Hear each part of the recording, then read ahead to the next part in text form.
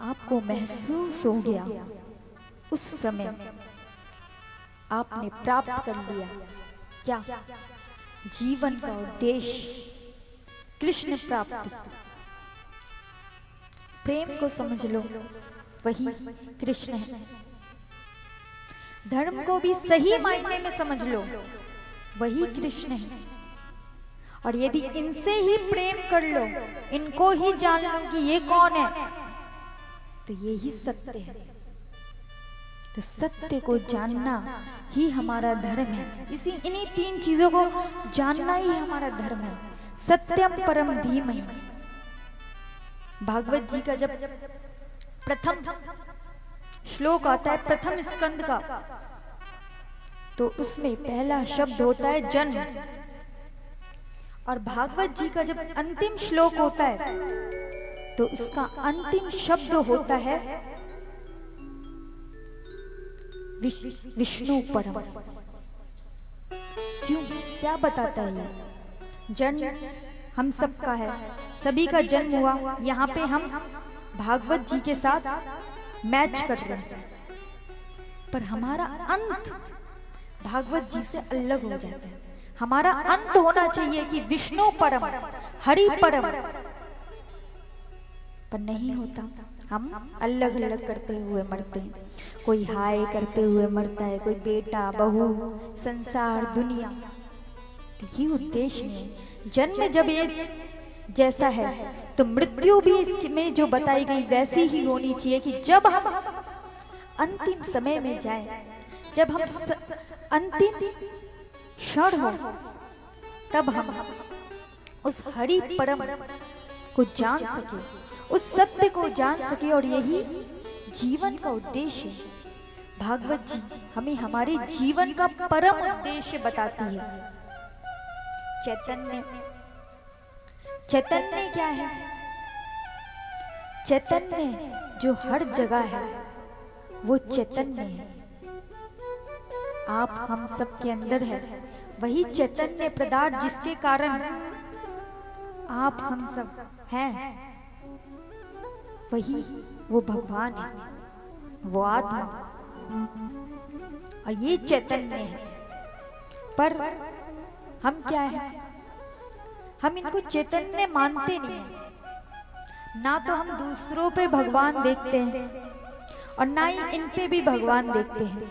वो तो किसी ने कह दिया कि ये भगवान है, तो भय के कारण हमने मान लिया ये भगवान है। पर आपकी अंतरात्मा भी जानती है, आप इनको पीतल ही मानते हैं।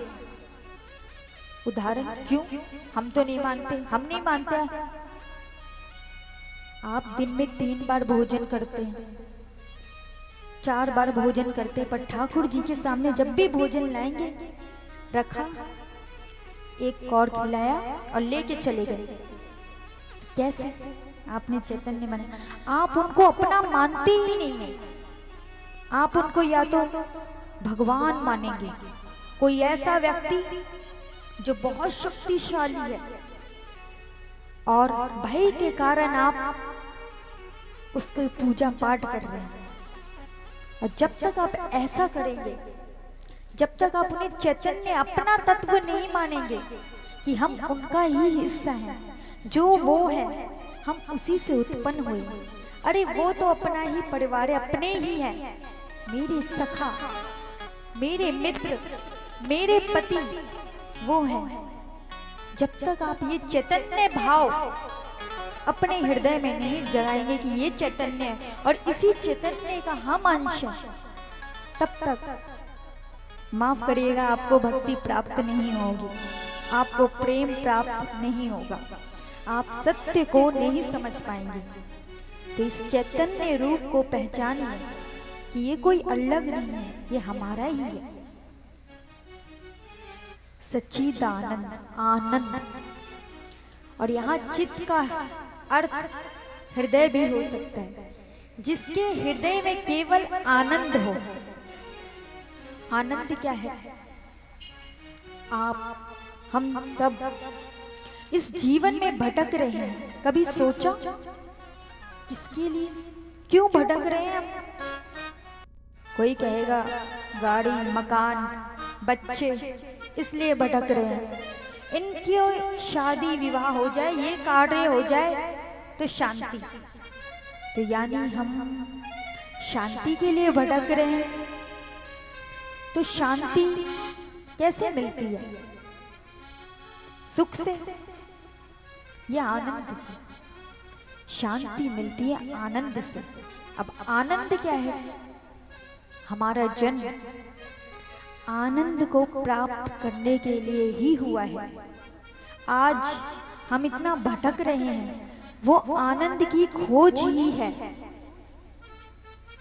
पर हम आनंद तक पहुंच नहीं पाते। तो इसलिए सुख को ही आनंद समझ बैठते हैं, पर सुख आनंद नहीं है। सुख अपने साथ दुख लाएगा। और अगर मैं ये बात कहूं, सुख से अच्छा दुख है, वो तो फिर भी आपको भगवान के पास ले जाता है, आनंद के मार्ग में ले जाता है। पर सुख वो तो आपको उस पग से बहुत दूर कर देगा। तो आनंद कहाँ मिलेगा ये तो बताइए। आनंद केवल कृष्ण प्राप्ति से मिलेगा, हरि प्राप्ति से मिलेगा।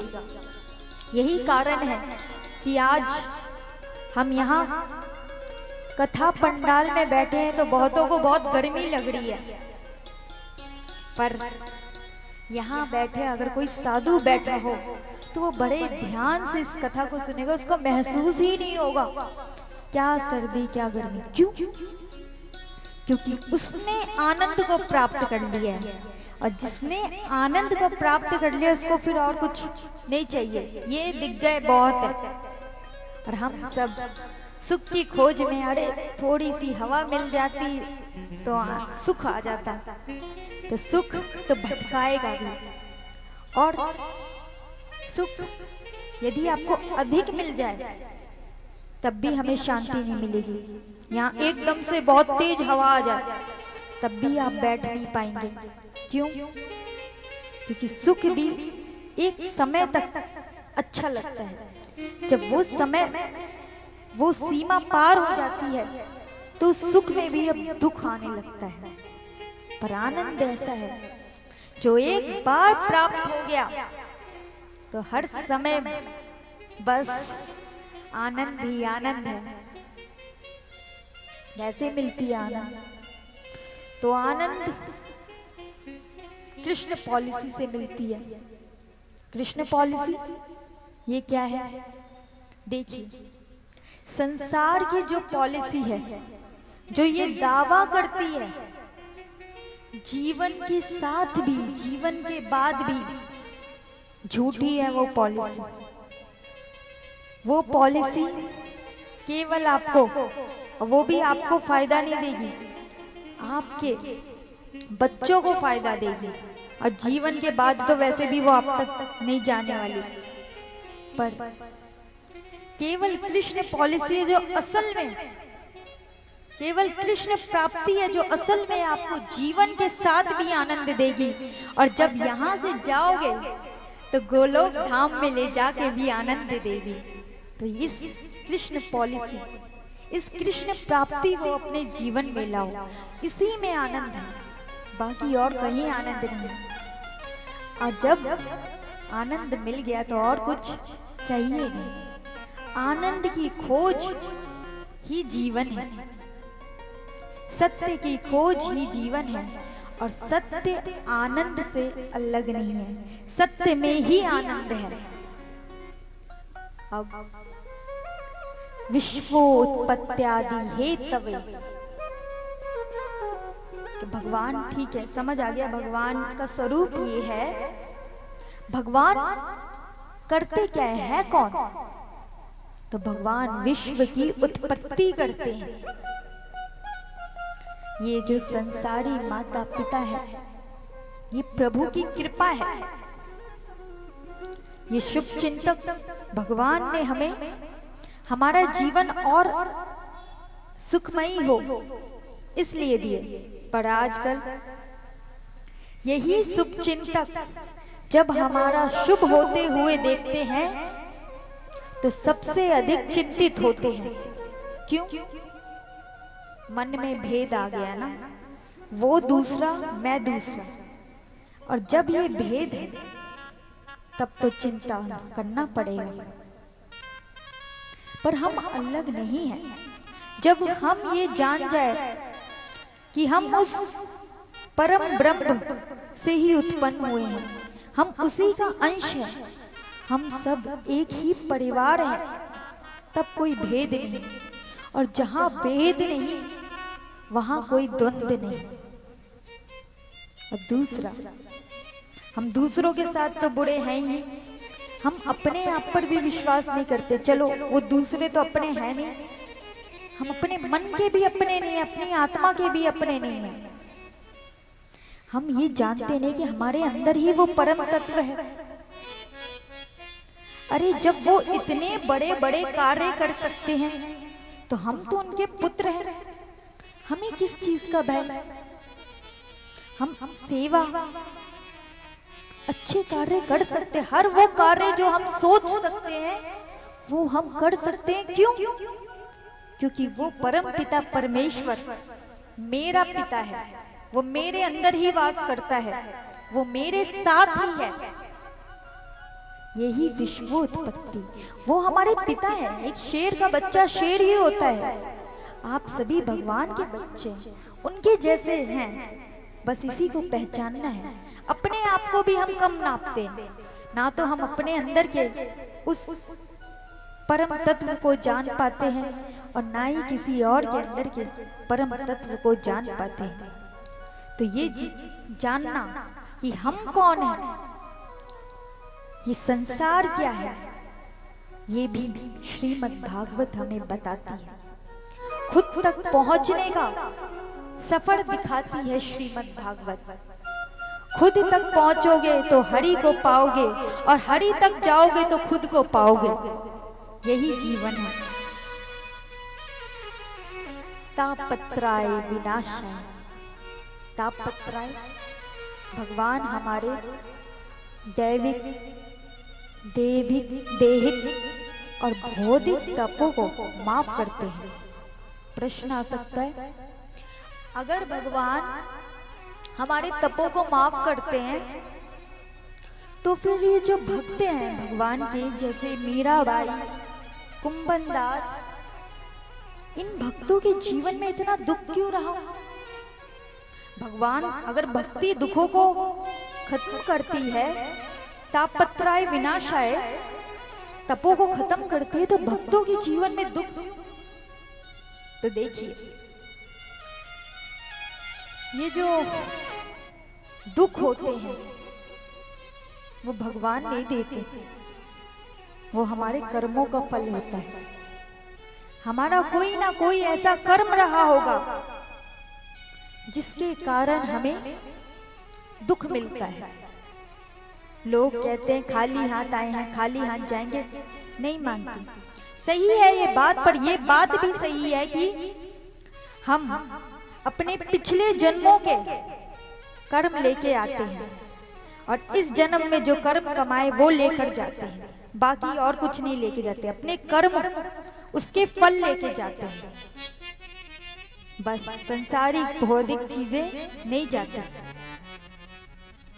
तो भक्तों के जीवन में दुख क्यों? क्योंकि भगवान कभी दुख खत्म नहीं करते। अगर दुख खत्म करते तो अर्जुन से युद्ध क्यों करवाते? खुद ही युद्ध लड़के एक बार में खत्म। इतनी, जब राम अवतार में आए तो इतनी पीड़ा खुद क्यों सही? कृष्ण अवतार में आए तो इतना दुख खुद क्यों लिया अपने जीवन में?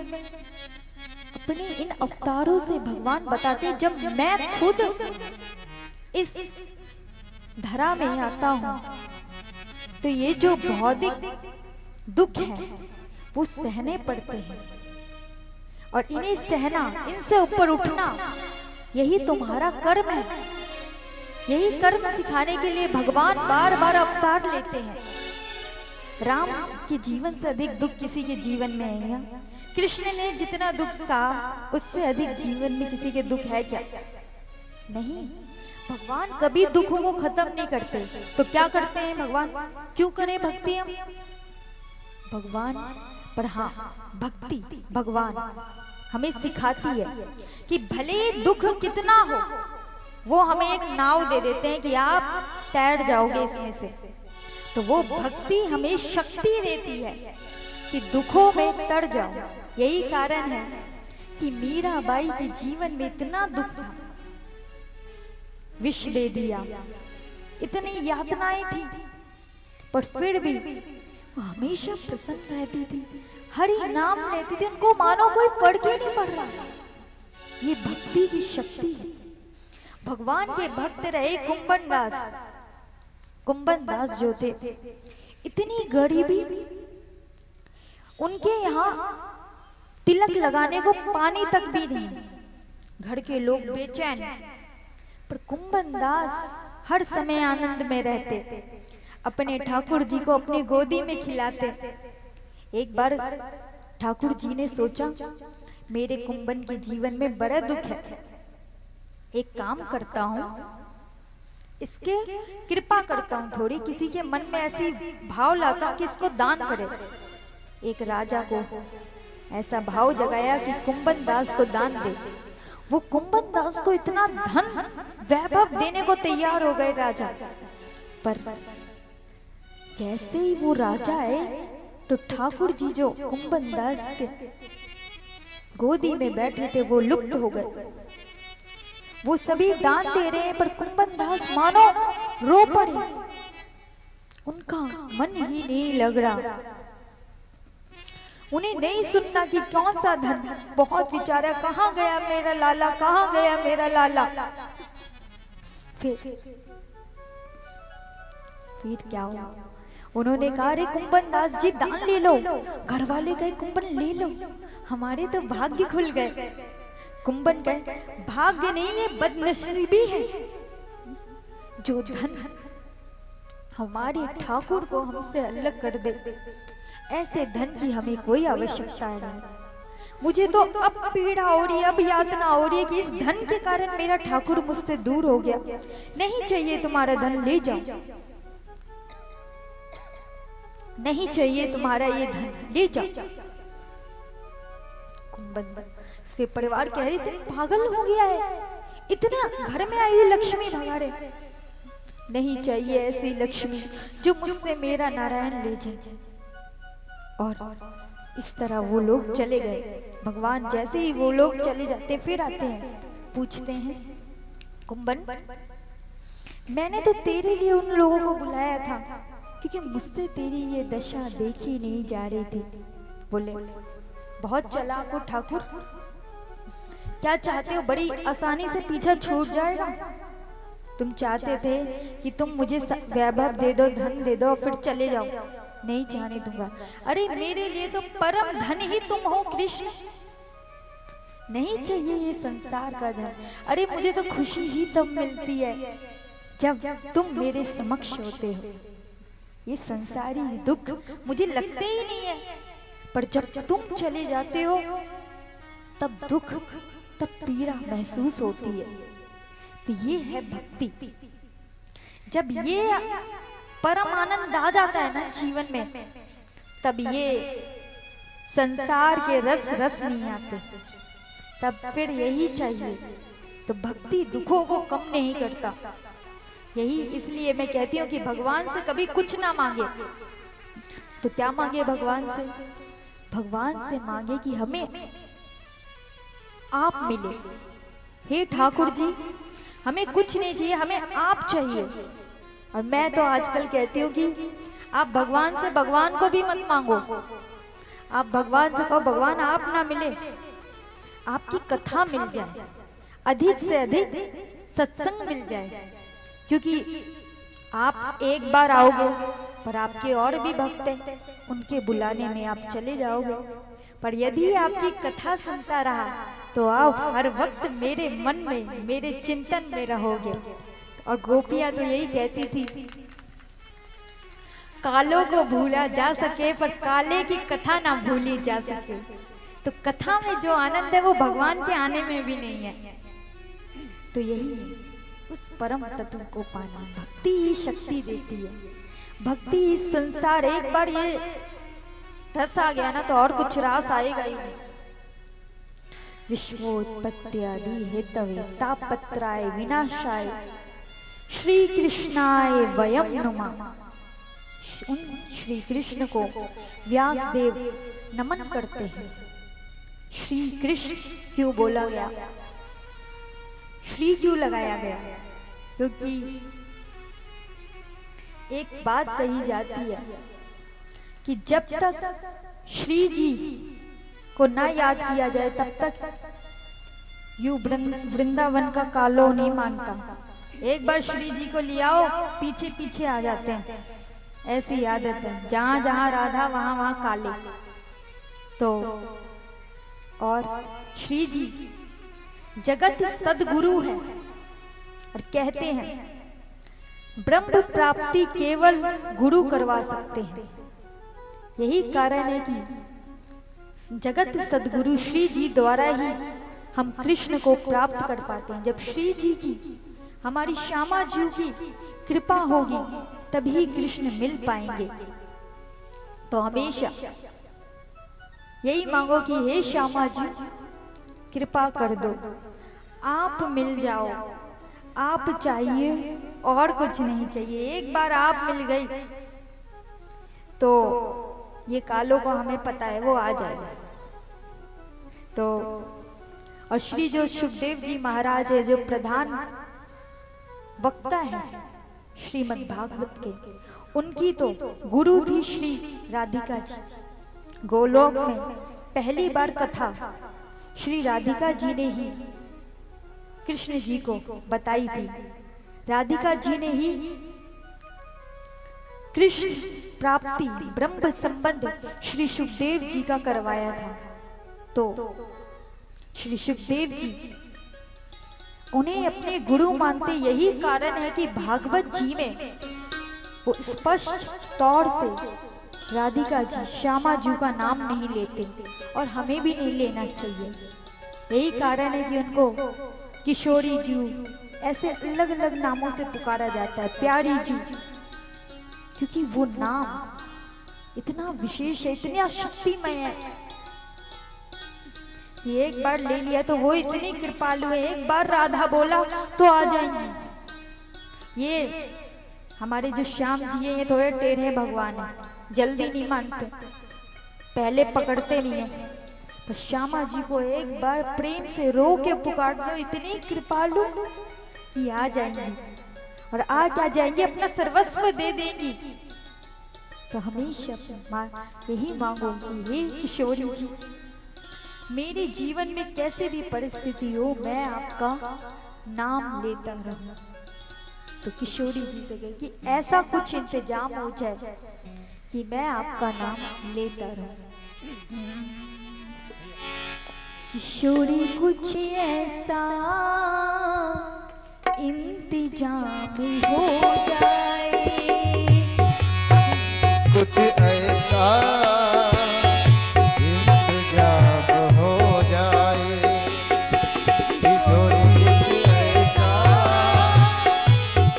इंतजाम हो जाए, इंतजाम हो जाए, इंतजाम हो जाए, किशोरी कुछ ऐसा इंतजाम हो जाए, ओ किशोरी कुछ ऐसा इंतजाम हो जाए। जय जय श्री राधे, जय जय श्री राधे, जय जय श्री राधे, जय जय श्री राधे।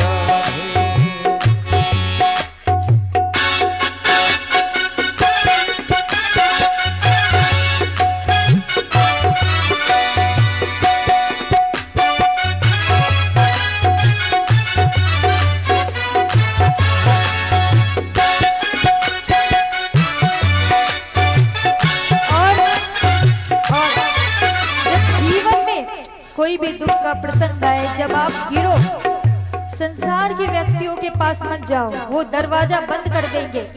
पर जब भी कोई प्रसंग आए ऐसा कि बस कोई नहीं सुन रहा, कोई नहीं है मेरा, तो केवल उस किशोरी को पुकार लो, वो आपको अपने गले लगा लेगी।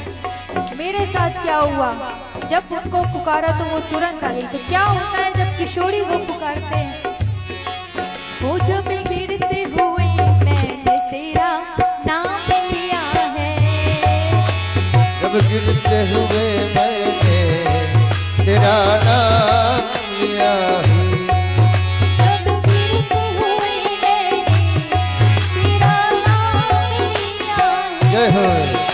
जब गिरते हुए मैंने तेरा नाम लिया है, जब गिरते हुए मैंने तेरा नाम लिया है, तो गिरने न दिया तूने मुझे थाम लिया है, तो गिरने दिया तूने मुझे थाम लिया है।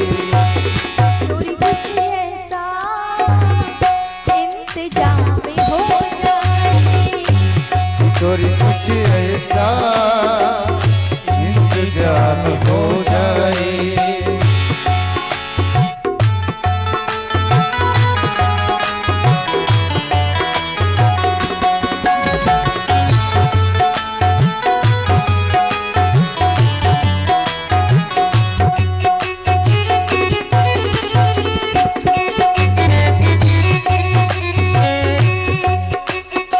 और पूछते हैं किशोरी जी का नाम क्यों ले, हम तो नहीं जानते किशोरी जी को। अरे श्याम सुंदर को तो जानते, पर कौन है राधा?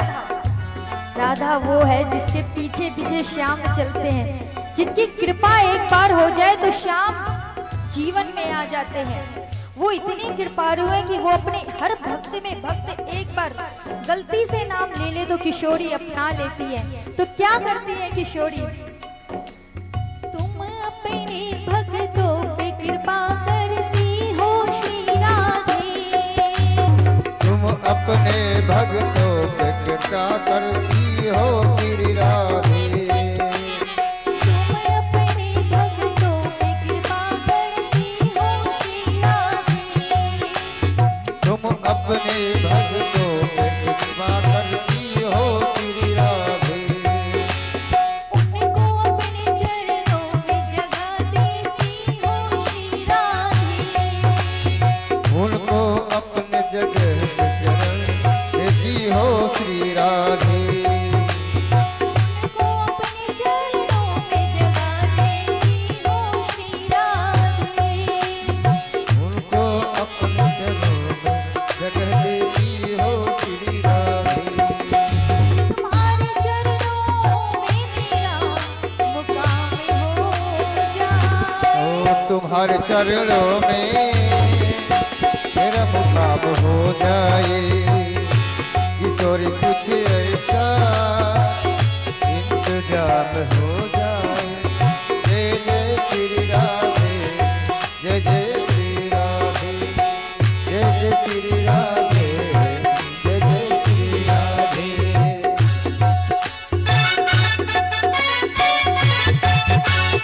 राधे तालियां।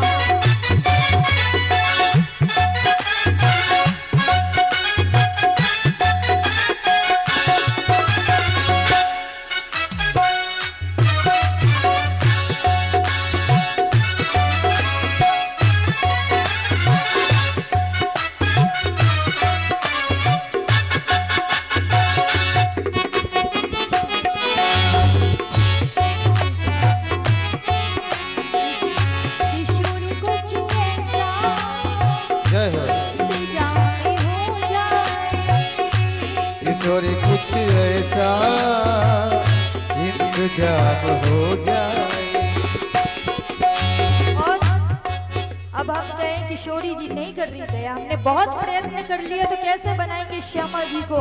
तो उनसे एक बार कहना होगा कि हे श्यामा जी, आपके अलावा तो मेरा और कोई है ही नहीं।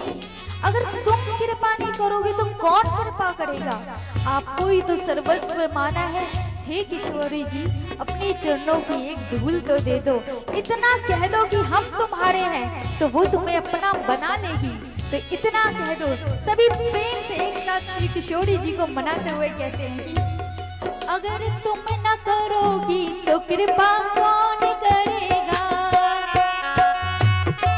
करोगी कृपा कौन करेगा, अगर तुम न करोगी कृपा तो कौन करेगा, अगर तुम न करोगी कृपा कौन करेगा, अगर तुम न सुनोगी तो मेरा कौन सुनेगा, अगर तुम न सुनोगी तो मेरा कौन सुनेगा।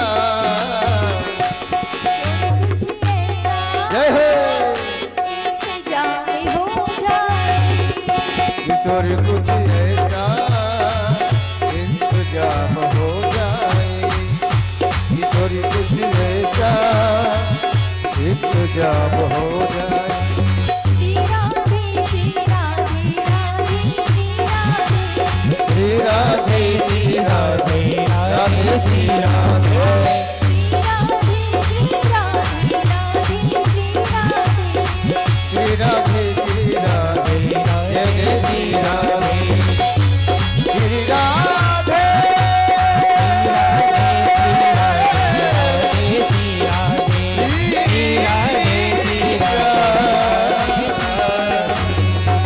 किशोर कुछ ऐसा इंतजाम हो जाए, किशोर कुछ ऐसा इंतजाम हो, इंतजाम हो, इंतजाम हो जाए। जय जय श्री राधे जय जय श्री राधे, जय जय श्री राधे। राधे देखिए, जहाँ किशोरी जी का नाम एक बार लेना हो ना तो वहाँ 3 बार ले लो। ये नाम इतना प्यारा है, इतनी महिमा है इसकी। तो किशोरी जी का नाम जब भी मौका मिले राधा किशोरी बोलते रहो। और राधा बोलो तो बस एक बार उन चरणों का ध्यान भी कर लो। तो ये था श्रीमद् भागवत का प्रथम श्लोक, जो हमें बताता है कि उस सत्य को जानो, अपनी उत्पत्ति का कारण जानो और उस भक्ति में आनंद पाओ, और अंत में उन श्री कृष्ण के चरणों में अपना घर बना लो। यही जीवन का सार है, यही करना है हमें, पर यही समझ नहीं आता। अब हम चलते हैं श्रीमद् भागवत के महात्म्य के प्रथम प्रसंग की ओर। यहां से चलते हैं नैमिषारण्य वन, जहां 88,000 संत जन यज्ञ कर रहे थे। यज्ञ क्या कर रहे थे? यज्ञ। संत कौन होते हैं? वो जो तिलक लगाते हैं, जो भगवा भेष पहनते हैं, जो घर बार छोड़ देते हैं और जंगलों में रहने लगते हैं, वो संत होते हैं? नहीं। हमें लगता है कि संत वो है जो अपना घर छोड़ता है। नहीं, संत तो वो है जो अपना घर इसलिए छोड़ता है ताकि समस्त संसार को अपना बना सके। वो संत है। संत यदि हो तो उसके 3 लक्षण होते हैं, और कोई भी व्यक्ति यदि उसमें ये 3 लक्षण है, संत है। पहला, अधिक ना बोलता हो। जो व्यक्ति कुछ भी बोलता है, बिना बात बोलता है, वो संत नहीं हो सकता। संत कम बोलते हैं, और जब बोलते हैं ऐसा बोलते हैं कि सामने वाले का उद्धार होता है। एक बार चैतन्य महाप्रभु, कौन है चैतन्य महाप्रभु? भगवान श्री कृष्ण का ही अंश, जिन्होंने भक्ति, कृष्ण भक्ति का प्रचार किया था। चैतन्य महाप्रभु अब बैठे हुए थे, भक्त आए थे, कहा प्रभु सत्संग दीजिए। दूसरे ने कहा प्रभु सत्संग दीजिए। चैतन्य महाप्रभु बोलते कृष्ण। दूसरे ने बोला, थोड़ी देर बैठे, फिर हिम्मत करके बोला प्रभु और कुछ सत्संग दीजिए। चैतन्य महाप्रभु बोलते हैं कृष्ण। फिर एक और जने पूछते, बोलते हैं कृष्ण, और उठ के चल देते हैं पीछे।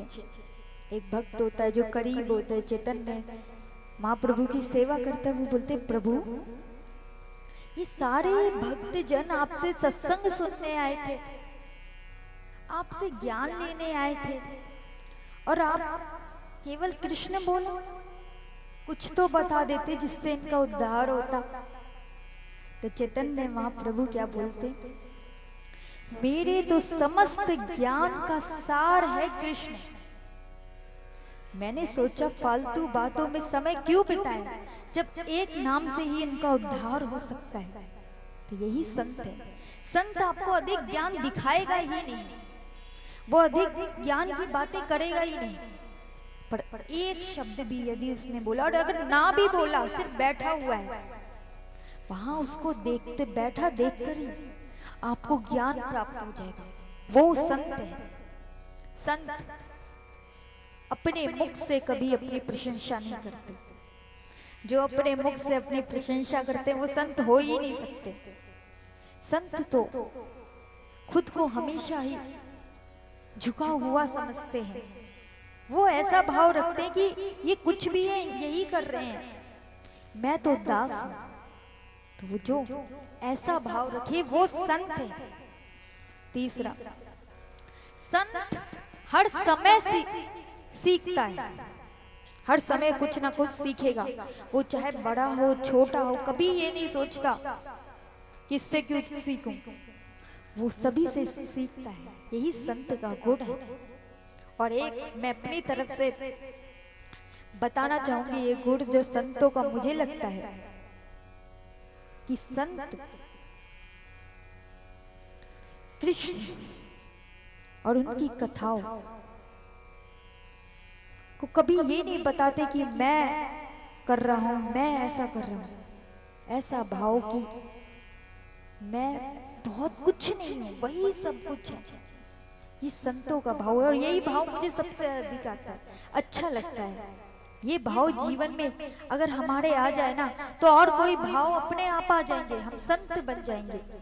तो यही कारण था कि संत कभी स्वयं के लिए कुछ नहीं करते। संत संसार के लिए कार्य करते हैं। हम अपने घर परिवार के लिए कार्य करते हैं। संत संसार की शांति के लिए, उद्धार के लिए कार्य करते हैं। यही कारण था कि नैमिषारण्य में 88,000 संत जन कलयुग की मनुष्य की भलाई के लिए यज्ञ कर रहे थे। वो शौनकादि ऋषि थे। उनमें जो प्रधान थे उनका नाम था शौनक जी, इसलिए उन्हें शौनकादि ऋषि कहते थे। और वो शौनक जी, वो ऋषि कोई आम ऋषि नहीं थे। वो ऐसे ऐसे ऋषि जिन्होंने कई युग देख रखे, जिन्होंने सतयुग, द्वापर, त्रेता कई युग देख रखे, और वो यज्ञ कर रहे हैं। और यज्ञ से कुछ प्राप्त नहीं हो रहा, इस कारण वो प्रभु को बना रहे थे कि प्रभु कुछ तो ऐसा करिए कि कलयुग के मनुष्य की भलाई हो सके। तो कलयुग के मनुष्य की भलाई के लिए वहां प्रभु कृपा से श्री सूत जी महाराज आते हैं। सूत जी कौन? 20 वर्ष के एक संत। वो शौनकादि ऋषि, ऐसे ऐसे ऋषि जिनकी आयु इतनी ज्यादा कि जिन्हें हम संख्या भी नहीं कर सकते। एक एक युग, दो दो युग, तीन तीन युग उन्होंने देख रखे। पर जैसे ही वहां 20 वर्षीय सूत जी महाराज आते हैं तो वो खड़े हो जाते हैं। ये बात देखकर सूत जी महाराज पूछते हैं, आप सभी उम्र में इतने बड़े, इतने ज्ञानी, पर मुझे देख के खड़े क्यों हो गए? मैं तो केवल 20 वर्षीय बालक हूं मैं तो। तब शौनकादि ऋषि बड़ा सुंदर उत्तर देते हैं, धन वृद्धा बल वृद्धा आयु वृद्धास्त तदेव चा ते सर्वज्ञापी ज्ञान वृद्धाश्चा किंकरा शिष्य किंकरा।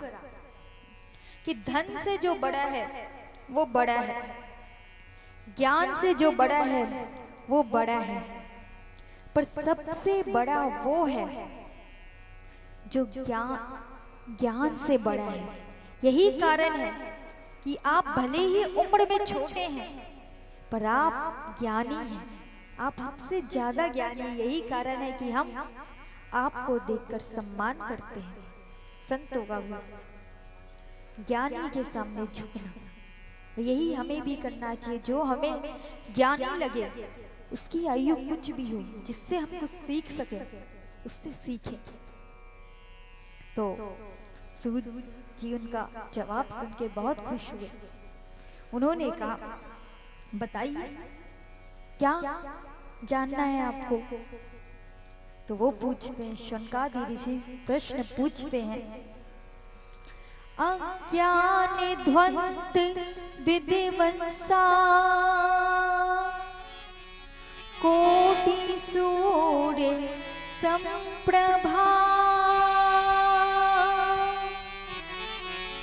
सूताख्यायी कथा सारम ममे कर्ण रसायनम। हम सभी अज्ञानी हैं और आप पे एक नहीं दो नहीं करोड़ों सूर्य का प्रकाश है। हे सूत जी, हमें कोई ऐसा सार तत्व सुनाइए जिससे कलयुग का जो ये मनुष्य है, जो इतना भटका हुआ है, जिसके पास ज्ञान भक्ति और वैराग्य के लिए समय नहीं है, उस कलयुग के मनुष्य के कृष्ण प्राप्ति हो सके, उसके जीवन में ज्ञान वैराग्य भक्ति जाग सके, ऐसा कोई उपाय बताए। अरे भक्ति करना तो दूर, कलयुग का मनुष्य तो इतना बेचारा है कि उसके लिए खुद के लिए समय नहीं है। वो आज इतना व्यस्त है कि वो खुद को ही नहीं जानता, खुद से ही बातें नहीं करता। सत्य है ये बात। आज देखिए हम इतने व्यस्त हैं, काम में नहीं, फोन चलाने में, गलत कार्य करने में। हम खाली बैठे तो कभी चिंतन नहीं करते, पर जब भी मौका मिले तो चिंता करते हैं, और फिर वही चिंता हमारी चिता बन जाती है। अंत में चिंता करते करते चिता में चल जाते हैं। यही है हमारा जीवन। ना तो खुद के लिए समय, ना भक्ति के लिए समय। दोनों में से किसी एक के लिए समय भी निकल जाए तो बहुत है। तो यही बोलते हैं शौनकादि ऋषि सूत जी से। सूत जी कहते हैं, बहुत सुंदर प्रश्न पूछा। ये मनुष्य सारा जीवन यूं ही बिता देता है, बालक होता है, युवा अवस्था प्राप्त करता है, काम की खोज में भटकता रहता है, काम करता है, काम करते करते विवाह होता है, विवाह होने के बाद संतान प्राप्त करता है, वृद्ध अवस्था में आता है और संसार करते करते अंत आ जाता है। जीवन यूं ही व्यर्थ करता है और कभी नहीं पूछता कि मेरे यहाँ आने का उद्देश्य क्या है, कारण क्या है। आत्मचिंतन ही नहीं है। आज लोगों के पास संसारी बातें करने का समय है।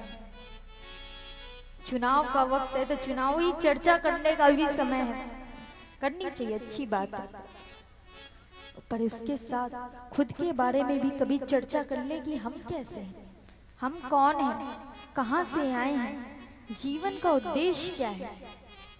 क्योंकि चुनावी चर्चा हर 5 साल में आएगी, पर आपका एक बार ये जीवन गया तो फिर 84 का चक्कर लगा कर आना पड़ेगा। तो आत्मचिंतन बहुत जरूरी है। जिसने आत्मचिंतन किया है वही अमर बना है। जिसने आत्मा को पाया है वही संसार में अमर रहा है। नहीं तो आए दिन कितनी चिताएं जलती हैं, गिनतियां कर सकते हैं क्या हम? नहीं। तो सूत जी जवाब देते हैं, काल व्याल मुख ग्रासा त्रास निर्न्यास हेतवे श्रीमद् भागवतम शास्त्रम कलोकिरे भाषितम्। काल व्याल मुख ग्रासा, काल मृत्यु हर समय हमारे सर पर है और ये बात हर किसी को पता है। सबको यहाँ कोई ऐसा है जिसको ऐसा लगता हो नहीं हमारी मृत्यु नहीं होगी? कोई नहीं होगा, सबको पता है मृत्यु होगी। पर ये विश्वास भी अच्छा है, हमारा नंबर देर में है, हम लाइन में पीछे हैं, हमारे पड़ोसी का नंबर हमसे पहले है। इतना विश्वास है मृत्यु पे। अरे किसी से बोला जाए सत्संग कर लो, अरे अभी तो हम युवा हैं, अभी तो उम्र है मौज मस्ती करने की, वृद्ध अवस्था में कर लेंगे भक्ति। और यदि मृत्यु समय से पहले आ जाए, भगवान के पास गए, भगवान ने हिसाब पूछा कि क्या किया, तो क्या कहेंगे हम? प्रभु हमने तो सोचा था थोड़े वृद्ध हो जाते तब भक्ति करते, आपने तो हमारे मौज मस्ती के समय में ही हमें उठा लिया, कैसे भक्ति करें? तो भगवान कहेंगे मैंने कब कहा था कि मैंने कोई एक्सपायरी डेट लिखी थी क्या तुम्हारे पीछे कि नहीं वृद्धावस्था में ही जाओगे? मैंने तो हमेशा ये कहा है, अपने हर ग्रंथों के द्वारा कहा है कि मृत्यु सर पर है, समय बहुत कम है, हमें लग रहा है ये जीवन बहुत बड़ा है, आराम से जिएंगे, आराम से बाद में भक्ति हो जाएगी। नहीं, ऐसा नहीं है, बहुत कम समय है हमारे पास, अगले पल का पता नहीं है हमें। एक बार एक सेठ जी पूछते हैं कि महाराज मैं भक्ति क्यों नहीं कर पा रहा? तो महाराज कहें अपना हाथ दिखाओ। हाथ देखते हैं, महाराज ये बताइए मैं भक्ति क्यों नहीं कर पा रहा? तुम और बातें छोड़ो, तुम 15 दिनों में मर जाओगे। 15 दिनों में? अब वो घर में जाता है, अपने सारे कार्य छोड़ता है, जो चीजें उसने अपने हाथों में पकड़ रखी थी, गृहस्थ आए मेरे बिना मेरा घर कैसे चलेगा, वो सब छोड़ता है, दान करता है, धर्म करता है, जिन जिन से झगड़े हुए उनसे माफी मांगता है और अब पूजा पाठ करने लगा। और अब 1-1, 2-2, 3-3 घंटे बैठने लगा। ऐसे करते करते 20 दिन हो गए। संत के पास आए, प्रभु आपने कहा था कि मेरी मृत्यु तो 15 दिनों में हो जाएगी, आज 20 दिन हो गए, अभी तक कुछ हुआ क्यों नहीं? तो वो कहें तुमने क्या किया? अरे प्रभु जिसे पता हो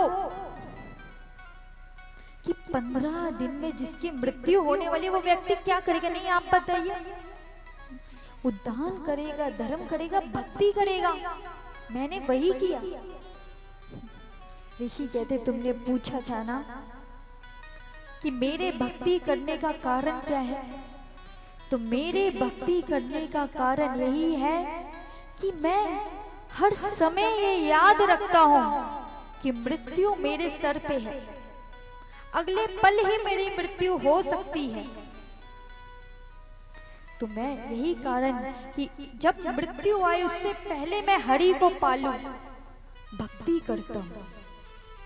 जब तक हम ये विश्वास करेंगे कि हमें मृत्यु नहीं आएगी, हमारा जीवन बहुत लंबा है, तब तक हम भक्ति नहीं कर पाएंगे। हमेशा हमें ये याद रखना चाहिए कि मृत्यु सर पर है, और ये जो हम कार्य कर रहे हैं ना, जो जीवन जी रहे हैं, उसका तरीका भी गलत है। हम क्या करते हैं, हम जीवन भर की तैयारी कर रहे हैं। आज किसी से पूछा जाए क्या क्या करना है जीवन में, अरे जी हमें एक घर बनाने हैं, अपने बच्चों के लिए वो घर बनाने हैं ताकि वो आराम से रह सके। फिर उसके बाद हम इस जगह खरीदेंगे, ये कार्य करेंगे, ये बनवाएंगे, वो बनवाएंगे। ये जीवन भर हम ऐसा करेंगे और अंत में भक्ति करेंगे, प्रभु नाम लेंगे। जीवन बहुत बड़ा है, हम जीवन भर की तैयारी करते हैं, गलत करते हैं। हमें तो मृत्यु की तैयारी करनी चाहिए। अब यहाँ कई लोगों को ये बात लगी, अरे क्या कह दिया, मृत्यु की तैयारी कौन करता है? पर यही सही तरीका है। मृत्यु जो सत्य है, परम सत्य यही है कि मृत्यु आनी है। देखिए, हमें यही तो नहीं पता कि हमें मृत्यु कब आएगी, पर ये तो पता है कि मृत्यु आएगी। दूसरा, हमें समय नहीं पता, पर हम ये तो तय कर सकते हैं कि हमारी मृत्यु ऐसी हो, ऐसी महान मृत्यु हो कि प्रभु भी वाह करे, संसार भी वाह करे। हम जीवन की तैयारी करते कि जीवन भर लोग मेरी वाह वाह करें, नहीं। असली वाहवाही तो वो हुई कि मृत्यु के बाद लोग आपकी वाहवाही करें। आज हम जिन्हें याद करते हैं, कितने राजा आपको याद हैं? अनेक राजा हैं जिन्होंने बहुत वंश चलाए, कितनों के नाम याद हैं? हाँ, वो बात अलग है, स्कूली पढ़ाई लिखाई में आपको याद कराए जाते हैं जबरदस्ती, पर उसे हटाकर कितनों का नाम आपको याद है? किसी का नहीं। पर वही नाम आ जाए भगत सिंह का, वही नाम आ जाए स्वामी विवेकानंद का, किसी ने याद कराए क्या ये नाम? नहीं। तो कैसे याद है?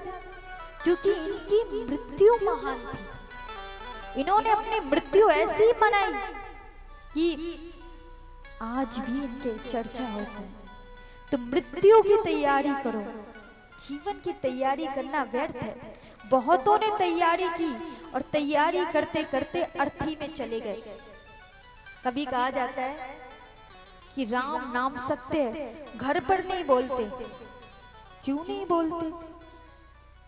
अरे वो तो सत्य है, हमें लगता है वो राम नाम सत्य, हम उस मुर्दे के लिए बोल रहे हैं। नहीं, जब राम नाम सत्य बोला जाता है, वो हमें याद दिलाने के लिए बोला जाता है कि वो मुर्दा हमें बता रहा है कि भाई मेरा समय गया, अब मैं तुम्हें बताना चाहता हूं कि जीवन का सत्य क्या है, कि और सब व्यर्थ है, केवल राम नाम सत्य है। तो वो हमारे लिए है राम नाम सत्य, उस मुर्दे के लिए नहीं। कि हम याद रखें कि जो हम कर ले करिए, कर्तव्य करना चाहिए, पर उसके साथ जो जीवन का उद्देश्य है उसको भी साथ लेकर चलना चाहिए। देखिए, नाम लेने में कोई अधिक समय नहीं लगता। 2 अक्षर का नाम है राम, 2 अक्षर का नाम है राधा, 2 अक्षर का 3 अक्षर का नाम है कृष्ण। बस कितना समय लगेगा? 2-3 मिनट। तो एक एक बार भी ले लेंगे कार्य करते हुए तो क्या जाएगा? यही, पर हमसे तो यही नहीं होता। अरे नाम ही नहीं होता, और कुछ करा दो, नाम मत कराओ। तो मैं बस यही कहना चाहती हूँ, मृत्यु के इस सत्य को जानो। जितना जीवन चला गया वो तो चला गया, पर जितना शेष बचा है उसे विशेष बना लो, जैसे स्वामी विवेकानंद ने, भगत सिंह ने बनाया। ये जीवन विशेष बनाओ। क्यों मुर्दों की तरह जीना? हम तो जीते जी मुर्दों की तरह जी रहे हैं। ऐसे जीवन जी रहे जैसे हम कोई मुर्दे हैं। नहीं, खुल के जियो और मरो भी खुल के। ऐसा मरोगे भाई लोग जी, मरने के बाद आप जियो। पर हम जी भी मरते हुए रहे और मर तो जाते ही हैं, गिनते कोई गिनती नहीं होती कितने मर रहे हैं। अब ऐसे श्री सूत जी कहते हैं कि काल हर समय हमारे सर पर बैठा हुआ है, समय बहुत कम है और इस छोटे से जीवन में केवल श्रीमद् भागवत ही हमारा उद्धार कर सकती है, हमारा मुक्ति दिला सकती है, हमें ज्ञान वैराग्य भक्ति दिला सकती है। अब यहाँ से सूत जी से शौनकादि ऋषि प्रश्न पूछते हैं कि प्रभु सबसे पहले ये कथा किसने किससे कही? सबसे पहले ये कथा किसने किससे कही? तब सूत जी कहते हैं कि सबसे पहले ये कथा सनकादि ऋषियों ने शौनक जी से कही, सनकादि ऋषियों ने नारद जी से कही। शौनकादि ऋषि कहे प्रभु बताइए कैसे कही, क्या है कथा? तब सूत जी बताते हैं कि एक बार नारद जी पृथ्वी भ्रमण की इच्छा हुई उनकी। पृथ्वी के बारे में बहुत सुना था ना, तो जैसे हम लोग सोचते हैं अमेरिका ऐसा है, ये ऐसा है, तो ऐसे ही नारद जी ने भी सुना कि भारत भूमि पृथ्वी लोग ऐसा है। बहुत बखान सुने कि यहाँ तो राजा हरिश्चंद्र हुए जैसे राजा हुए, यहाँ महान भक्त हुए, यहाँ तो वृंदावन है, यहाँ तो बड़े बड़े तीर्थ स्थान है, यहाँ तो ज्योतिर्लिंग है, तो पृथ्वी लोक का भ्रमण किया जाए। अब ऐसे भ्रमण करते करते श्री नारद जी कहाँ पहुंचे? बद्री आश्रम। बद्री आश्रम में उनकी भेंट हुई सनकादि ऋषियों ने। यहाँ कौन कौन सनकादि ऋषियों को जानता है? कौन है सनकादि ऋषि? कोई नहीं जानता। अभी मैं पूछ लूं कि इस अमिताभ बच्चन को कौन जानता है, इस अभिनेता को कौन जानता है, तो सबके हाथ ऊपर हो जाएंगे। सनकादि ऋषि हमारे अपने हम ब्रह्मा जी से उत्पन्न हुए हैं, तो एक तरह से कहे जाए वो भी ब्रह्मा जी के पुत्र ही हैं। सनक, सनंदन, सनत कुमार और सनातन, ये सभी भी भारत भ्रमण कर रहे थे बद्री आश्रम में। उन्होंने नारद जी को देखा और नारद जी को देखकर उनके प्रश्न पूछा। आज नारद जी बदले हुए दिख रहे हैं, नारद जी दुखी दिख रहे थे। अब उन्होंने कहा वैष्णव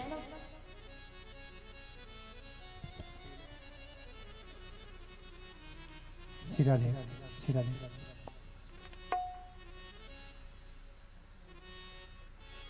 राधे राधे राधे।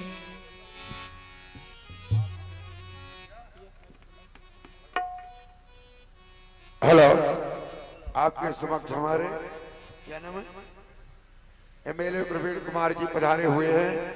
तालियों द्वारा स्वागत करें। शुभ आशीर्वाद मैं व्यास जी से कहूंगा इन्हें आशीर्वाद में दुपट्टे के साथ सम्मानित करें। श्री राधे वृंदावन बिहारी लाल की जय, श्रीमद् भागवत महापुराण की जय। और उनके सहयोगी आपके समक्ष है अग्रवाल जी। तालियों द्वारा स्वागत। इस व्यासपीठ से शुभ आशीर्वाद। दरबार में बंसी वाले के दुख दर्द मिटाए जाते हैं, दुनिया के सताए लोग सीने से लगाए जाते जय। ऐसा ये दरबार है। और इनके साथ विपिन भारती भी हैं। और इनके सभी आए इस मंच पर और व्यासपीठ से आशीर्वाद लें। देखो ये सामूहिक भागवत है, ये किसी की पर्सनल कथा नहीं। कोई भी आकर के यहाँ पर हर किसी का सम्मान होगा और हर किसी का, देखो ये सामूहिक भागवत है। अपनी तरफ से जो जिससे जितना योगदान बने अपनी तरफ से इस भागवत पर योगदान भी करें। यहाँ पर सभी का सम्मान होगा, सामूहिक की कथा है, किसी एक की पर्सनल नहीं है। श्री राधे।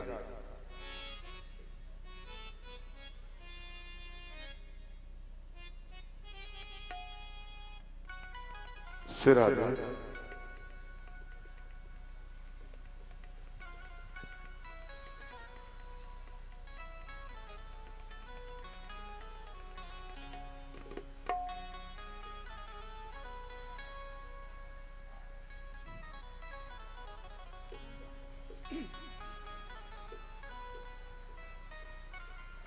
और हमारे नेताजी से अनुरोध है कि इतनी गर्मी में ये लोग सब मर रहे हैं, इनके लिए कोई व्यवस्था नहीं है तो 4, 5, 6 कूलर की व्यवस्था की जाए ताकि ये भक्त लोग भग रहे हैं ताकि इसका आनंद ले। श्री राधे। हाँ, और कल आपके लिए कूलर यहाँ लग जाएंगे, सबको कूलर के अंदर बैठे आनंद लेंगे। जय श्री राधे।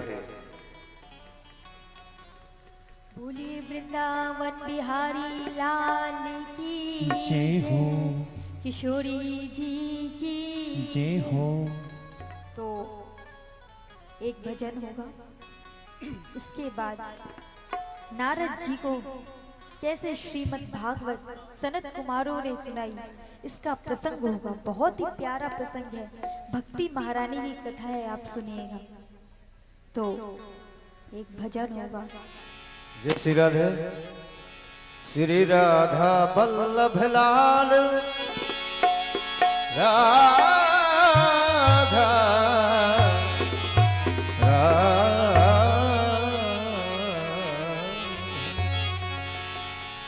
श्री राधा वल्लभ लाल तिहारे चरणन की बलिहार। प्यारे राधा वल्लभ लाल तिहारे चरणन की बलिहार। ताली सेवा करते हुए, मधुर मधुर ताली सेवा करते हुए श्री राधे। तेरा सुंदर रूप संलोना, अखियां में जादू टोना। तेरा सुंदर रूप संलोना, अखियां में जादू टोना। और तू है जादूगर सरकार तिहारे चरण की बलिहार। प्यारे राधा वल्लभ लाल तिहारे चरण की बलिहार।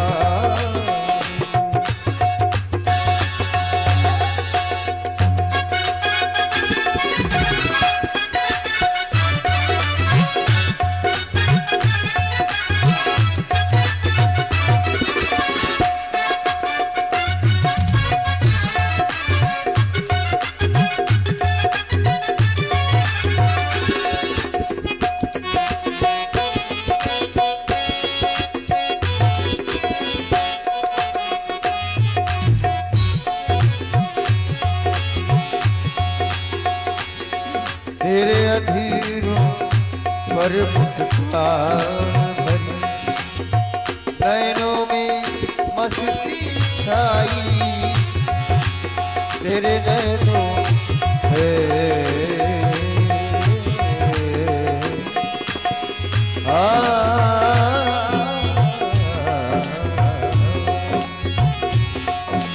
तेरे अधरों पर मुस्कान भरी, नैनों में मस्ती छाई। सुंदरता के सागर तुम हो, सुंदरता के सागर तुम हो। चांद करी परछाई हो चांद करी परछाई तू है खुशियों भरा खजाना दिल हो जाए तुझ पे दीवाना तुझे देखे जो एक बार तिहारे चरण की बलिहार प्यारे राधा वल्लभ लाल तिहारे चरण की बलिहार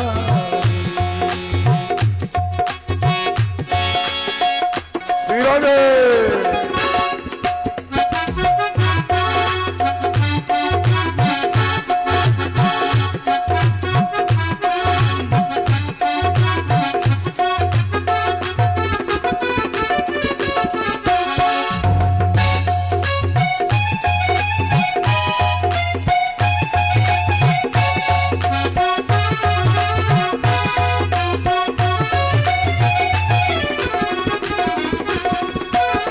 जय हो।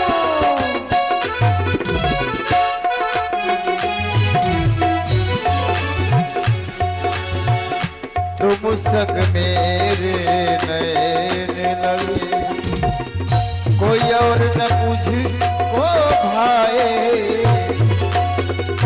सावरिया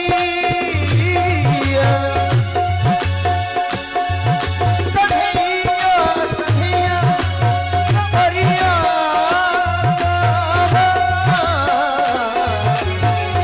सावरिया सावरिया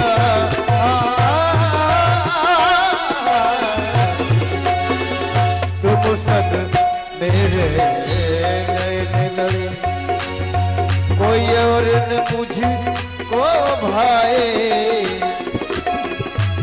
मेरे मन की पीड़ा प्यारे मेरे मन की पीड़ा प्यारे गीत तेरे ही गाए हाय गीत तेरे ही गाए फिर क्यों शर्माऊं जग से कहूँ हाथ उठा के सबसे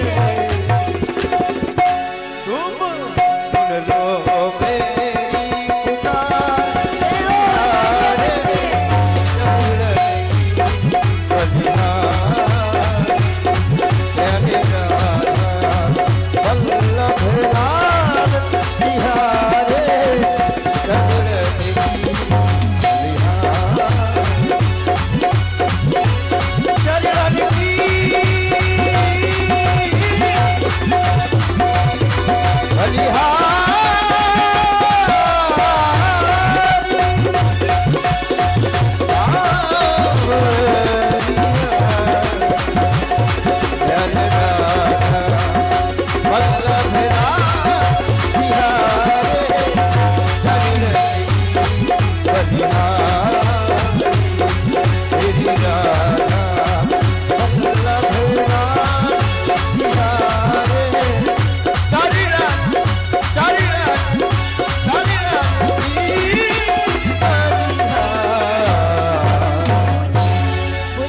बाकी बिहारी लाल की जय। तो अब जानते हैं कथा कि कैसे नारद जी ने भक्ति महारानी ने श्रीमद् भागवत की कथा सुनी और कैसे भक्ति महारानी को वरदान मिला। आइए उसकी कथा सुनते हैं।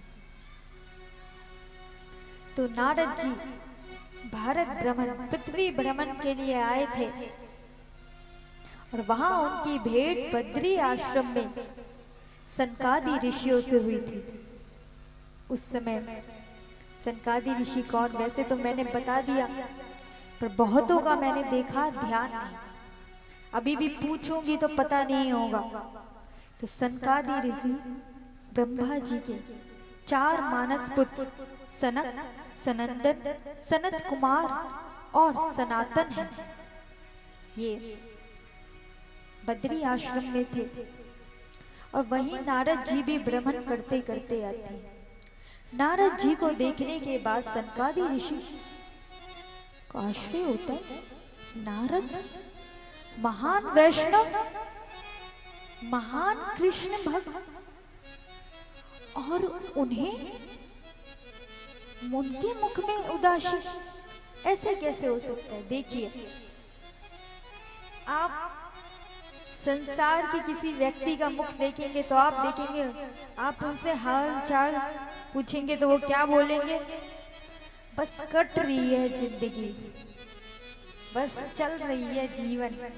पर यदि किसी कृष्ण भक्त से पूछेंगे कि जीवन कैसा चल रहा है, तो वो यही कहेंगे, बस हरि नाम में, कृष्ण नाम में मस्ती चल रही है।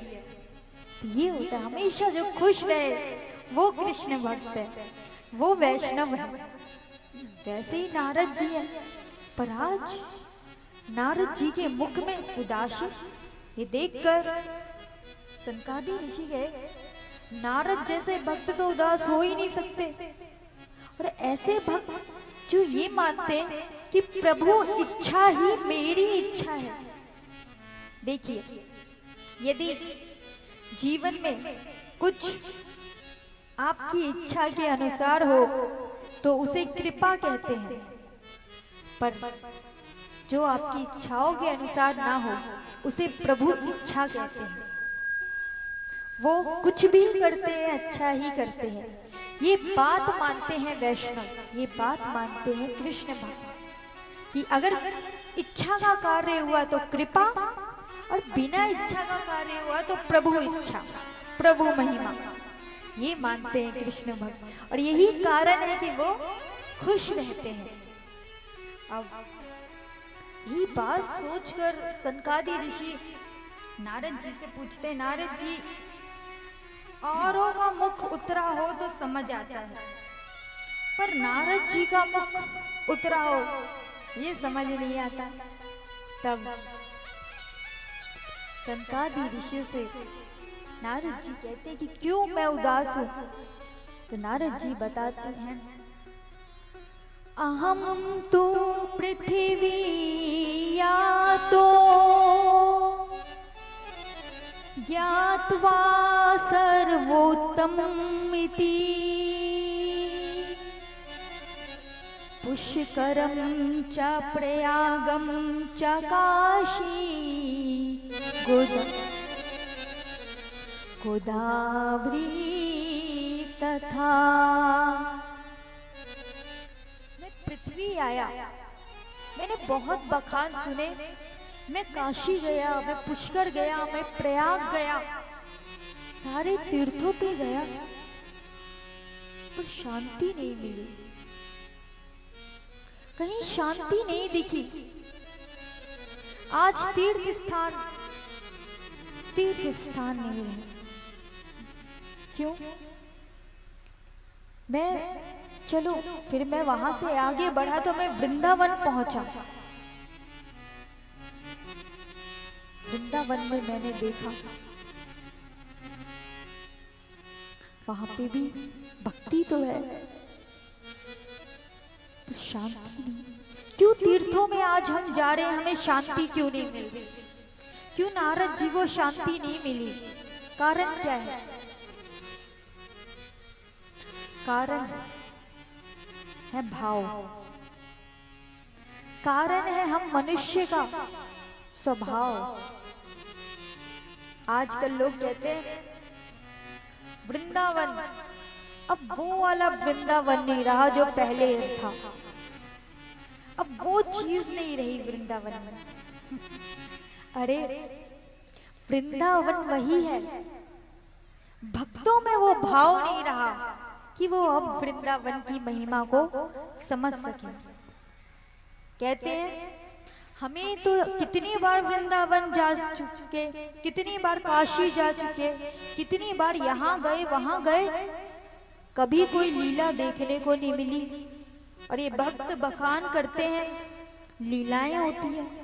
हमने तो छोटी छोटी गलियों के अलावा, खाने पीने की चीजों के अलावा वृंदावन में कुछ देखा ही नहीं। आजकल क्यों नहीं देखा, क्यों नहीं दिखी हमें,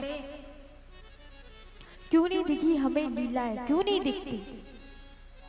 कारण क्योंकि आजकल भाव नहीं है। आजकल हम तीर्थों में जा रहे हैं ये समझकर कि घूमने का स्थल है, जहां हम अपने साथ एक यंत्र को और ले जाते हैं, अपने साथी यंत्र को, फोन को। अब पूरा टाइम हम उस पे देख रहे हैं और फिर शिकायत करते हैं वृंदावन में लीला नहीं दिख रही। अरे लीला आज भी वही हो रही है, बस आंखें होनी चाहिए देखने की। आप सभी आंखें नहीं है, भाव नहीं है, आप सभी एक उस यंत्र के कैमरे में सब कैप्चर करना चाहते हैं। अरे वृंदावन आंखों में कैप्चर करने का विषय है, मन में उतारने का विषय है। तो वृंदावन को अपने मन में उतारिए, इधर उधर। वृंदावन काशी प्रयाग कभी भी जाए ना, तो मेरे कहने में दो कार्य करिए कि जब आप उस सीमा में पहुंचे तो अपना फोन अंदर रख दे और केवल वहां की प्राकृतिक सौंदर्य को देखें। आज भी वृंदावन में लीला होती है। आप कभी देखिए वृंदावन के वो चंचल बंदर, आप कभी देखिए। आप सभी से निवेदन है कि आप सभी शांत हो जाएं, कथा का आनंद ले।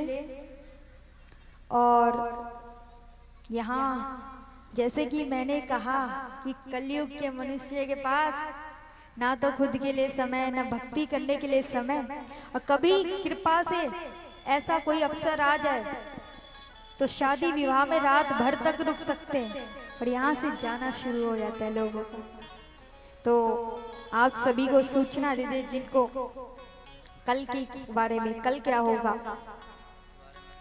तो कल की कथा में होगा हमारे भोले बाबा का विवाह, हमारे शंभू का विवाह। आप कल जानेंगे कि गृहस्थ आश्रम कैसे जिया जाता है। आप कल जानेंगे कि पति पत्नी का संबंध कैसा होना चाहिए, और प्रेम, सच्चा प्रेम क्या होता है, वो आप कल की कथा में जानेंगे। कल भोले बाबा की बारात आएगी, तो यहाँ बता दीजिए कौन कौन भोले बाबा की तरफ से होगा, हाथ ऊपर करिए।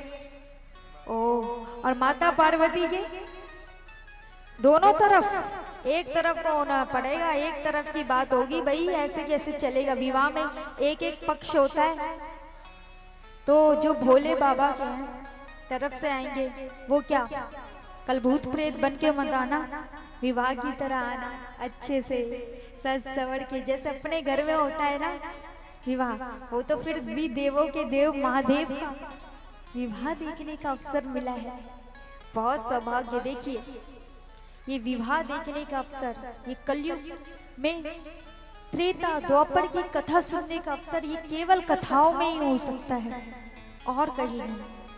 कल माता पार्वती का विवाह होगा, भोले बाबा का विवाह होगा, तो पूरे उत्साह के साथ आइए, जैसे आपके घर का कोई विवाह हो रहा है।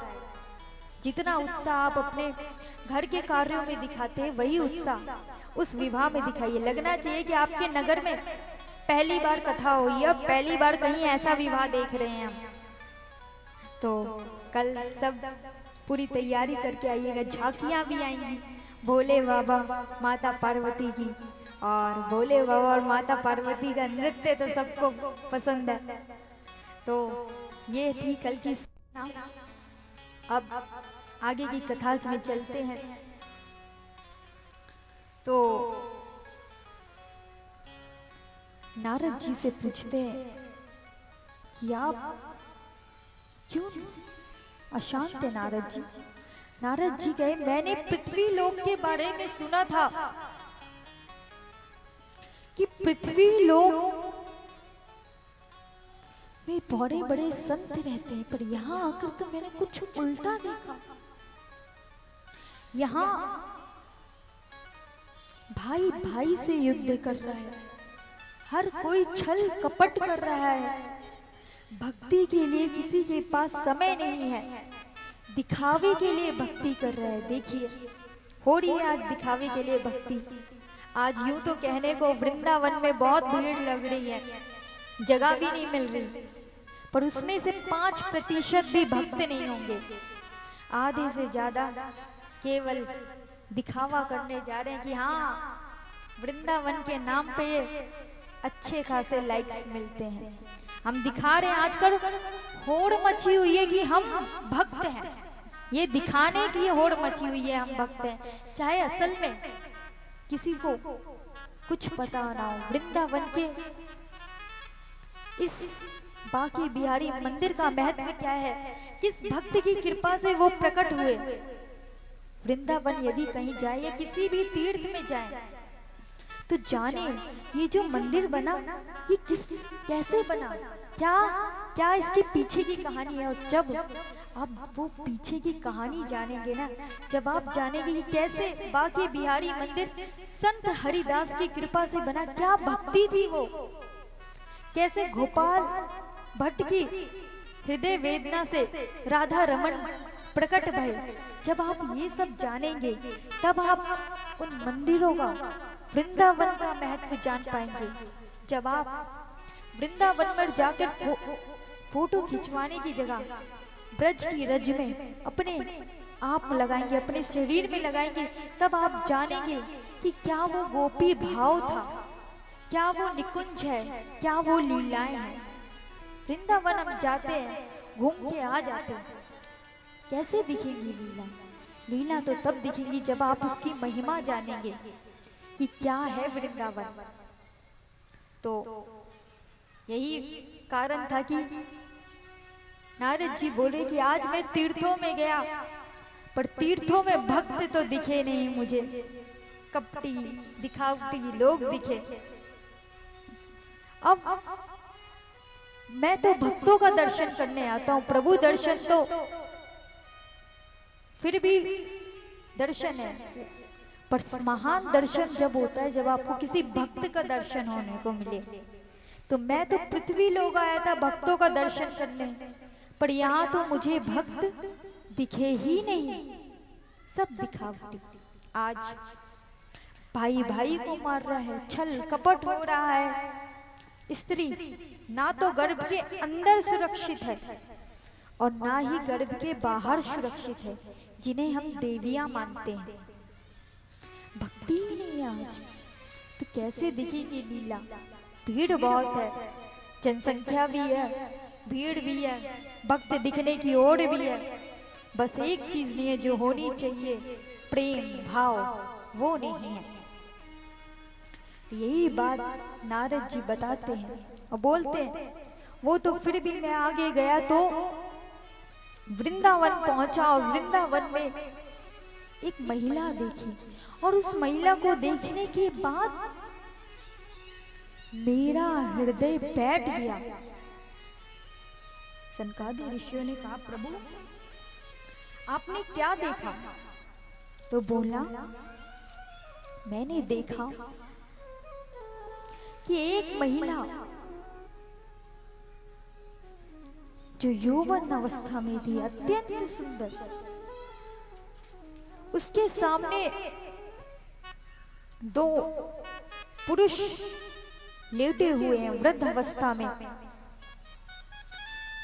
तो मैंने उनसे पूछा आप कौन हैं? और जब मैंने उनसे ये पूछा कि आप कौन हैं, तो मेरा हृदय बैठ गया। सनकादि ऋषियों ने पूछा कौन है? उस महिला ने अपना परिचय दिया।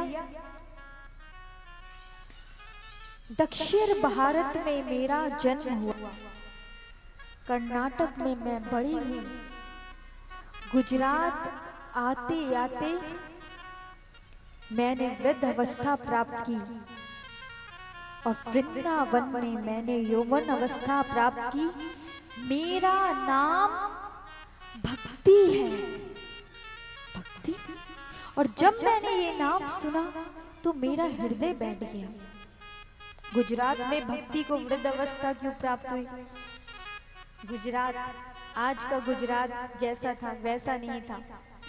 पहले गुजरात में ऐसा माना जाता था, जो तिलक लगाते हैं, जो कंठी पहनते हैं, वो महाढोंगी होते हैं और इनको तो भगा देना चाहिए।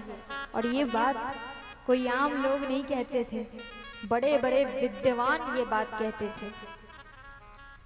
और देखिए आज भी यही हाल है। यदि हम कहीं तिलक लगा के चले जाएं, कंठी पहन के चले जाएं, या ऐसा ये जो वेश धारण कर रखा है, धोती कुर्ता पहन के चले जाएं, तो सब ऐसे देखते ना जाने कहाँ से आए हैं हम, कि कहाँ कोई अनजान आ गया हो, मजाक उड़ाते हैं। ऐसा ही हाल गुजरात का भी था। क्यों करते हैं ये? अगर भक्ति करते हैं तो दिखावा करने की जरूरत क्या है? ऐसे सवाल पूछे जाते हैं। तो देखिए, पहली बात, इसका पहला जवाब तो ये है, इंसान, मनुष्य दिखावा उन्हीं चीजों का करता है जो उसको लगता है ये बहुत महत्वपूर्ण है, बहुत अनमोल है, वो उन्हीं चीजों का दिखावा करता है। तो हाँ, हम भक्त दिखावा करते हैं क्योंकि हमारे लिए कृष्ण अनमोल है, कृष्ण की भक्ति अनमोल है, तो उनका ये तिलक, उनका ये कंठी हमारे लिए अनमोल है। दूसरा, केवल यही कारण नहीं है, इसके पीछे विज्ञान भी है।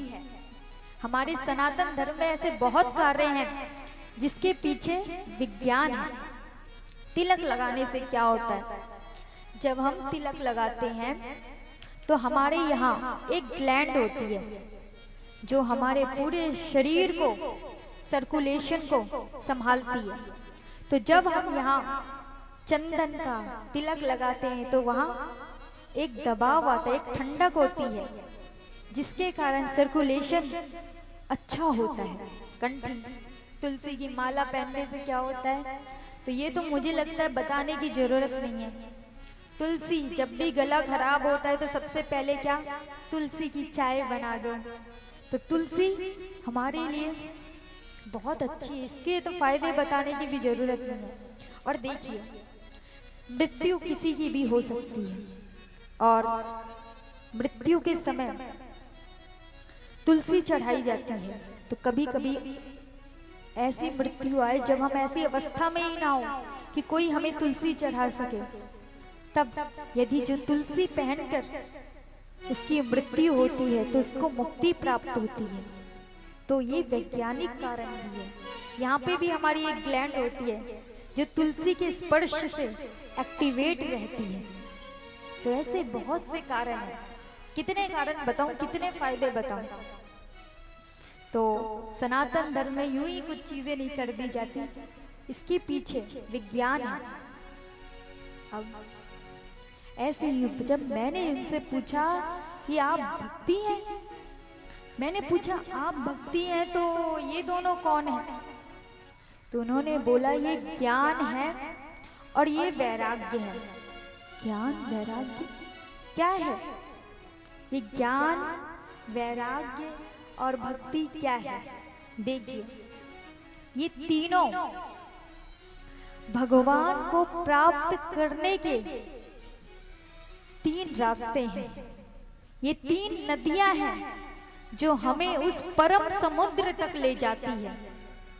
आप जिसमें किसी का भी माध्यम लेकर जा सकते हैं।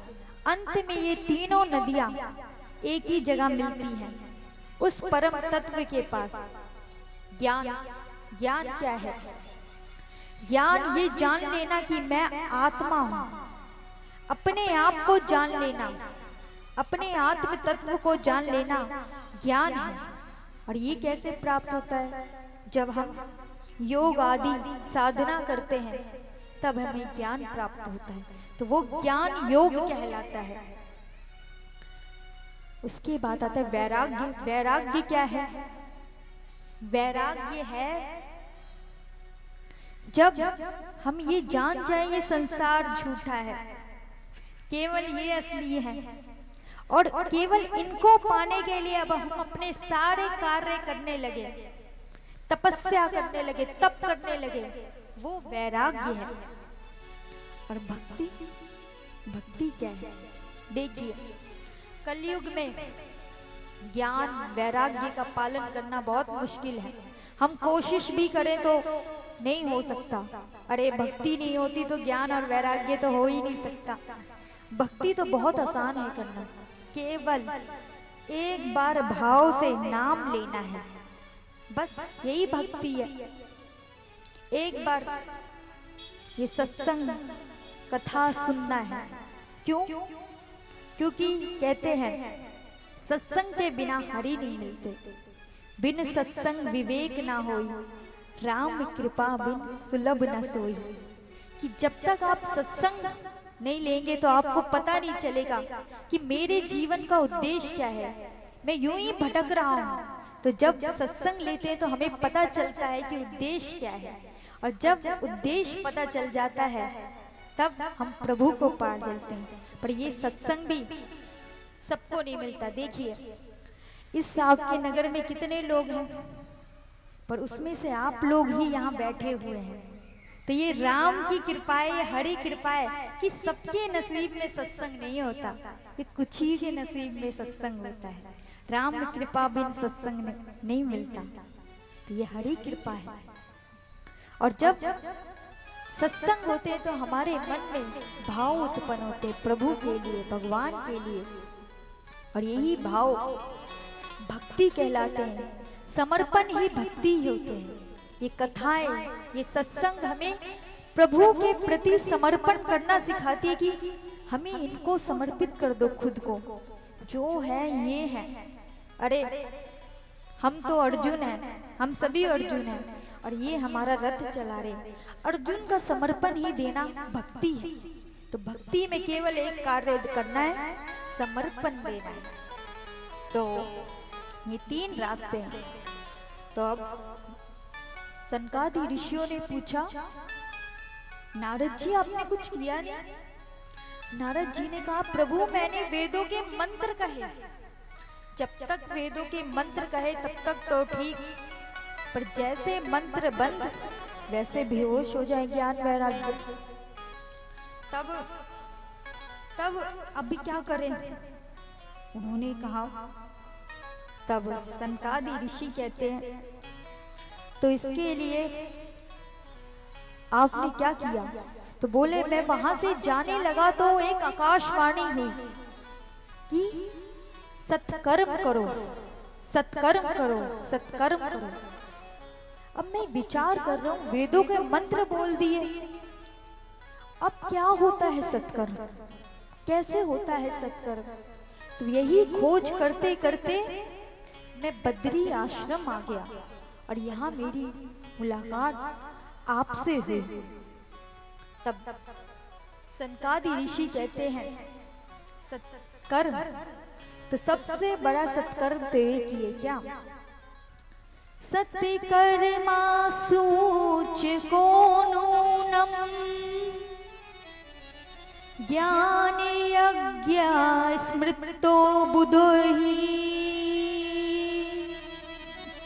श्रीमते भागवतालापा सतु गीतम शुकादिभी। सबसे बड़ा सत्कर्म क्या है? कलयुग में सबसे बड़ा सत्कर्म क्या है? श्रीमद् भागवत का कथा करना, कथा सुनना सबसे बड़ा सत्कर्म है। तब नारद जी ने पूछा, अब आप बता रहे हैं तो आप ही कर दीजिए। तब पहली बार श्रीमद् भागवत कथा हरिद्वार में हुई, और वहां कोई आम कथा नहीं हुई, ऐसे ही एक दिव्य पंडाल लगाया गया जहां सारे हरि भक्त आए, उद्धव जी, प्रहलाद जी, ध्रुव जी, अरे जब हरी कथा हो तो हमारे भोले बाबा से भी नहीं रहा जाता, वो भी आ गए, उनके पीछे माता भी आ गई, तो ऐसे सभी देवगण आ गए। देखिए, कथा सुनने के लिए देवताओं को भी पृथ्वी लोक में आना पड़ता है, इस मनुष्य लोक में आना पड़ता है, क्योंकि देवलोक में ये कथा नहीं सुनने को मिलती। कल आपको पता चलेगा कि कैसे जब परीक्षित को कथा सुनाते हैं तो देवता कलश लेके आते हैं, तब भी उनको कथा सुनने को नहीं मिलती। तो ये कथा, हम मनुष्य इतने भाग्यवान हैं, कई जन्मों का भाग्य उदयन होता है तब कथा सुनने को मिलती है। देवताओं को भी नसीब नहीं है। ये मनुष्य शरीर व्यर्थ नहीं है, महिमा भी है इसकी कि हम इस गाड़ी के द्वारा इस कथा को सुन सकते हैं। तो इस शरीर को यूं ही व्यर्थ ना जाने दें, कथा सुनिए। देवताओं के पास भी ये मौका नहीं है। तब कथा होती है, सनकादि ऋषि चारों भाई कथा सुनाते हैं। नारद जी वहां भक्त बनते हैं कथा सुनने के लिए। वहां भक्ति महारानी भी आती है, ज्ञान वैराग्य भी आते हैं। 7 दिन की कथा चलती है, पहला, दूसरा, तीसरा, चौथा, 5वां, 6ठा, 7वां दिन आता है और 7वें दिन प्रभु श्रीमन नारायण प्रकट होते हैं और दर्शन देते हैं वो अपने भक्तों को। भक्ति महारानी को देखकर बोलते हैं, भक्ति तुम्हारे कारण ये मेरी कथा प्रथम बार हुई। तो पहले तो हरि दर्शन, हरि कथा सुनने से ज्ञान वैराग्य यौवन अवस्था में आते। प्रश्न, कथा सुनने के बाद ज्ञान वैराग्य यौवन अवस्था में क्यों आए? वृंदावन में क्यों वृद्ध अवस्था में? तो कारण ये है कि वृंदावन प्रेम की भूमि है, भक्ति की भूमि है। वहाँ ज्ञानी ध्यानी नहीं चलते। उद्धव जी भी गए थे ज्ञान की पोथी लेकर गोपियों को समझाने। आएगा 6ठे दिन में ये प्रसंग, बड़ा प्यारा प्रसंग है। तो कैसे गोपियां उद्धव जी को भक्त बना देती है, प्रेमी बना देती हैं। तो ये वृंदावन में इसी कारण ज्ञान और वैराग्य मूर्छित हो गए थे। तो यदि आप बहुत बुद्धिमान बनकर वृंदावन जा रहे हैं और सोच रहे हैं बस हम ही ज्ञानी हैं, तो आप वहाँ भटकते रह जाएंगे, आपको कुछ देखने को नहीं मिलेगा। पर लेकिन कालियों का प्रेमी बन के जाएंगे ना, तो सारी लीला देखने को मिलेगी आपको वहाँ पे। तो यही कारण था कि वृंदावन में ज्ञान वैराग्य मूर्छित हो गए थे। और हरि कथा से वो कैसे यौवन हो गए? क्योंकि ये जो हरि कथा है ना, इसमें ज्ञान वैराग्य भक्ति तीनों है।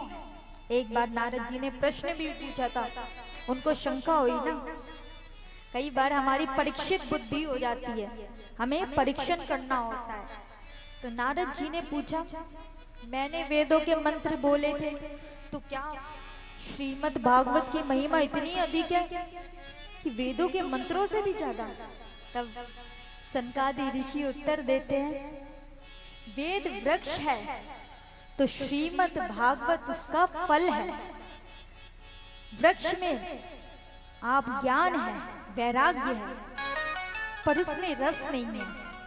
वो रस क्या है? भक्ति। श्रीमद् भागवत में ज्ञान वैराग्य तो है क्योंकि वो वेदों का सार है, पर इसमें एक और चीज है, रस, और वो रस ही भक्ति है। देखिए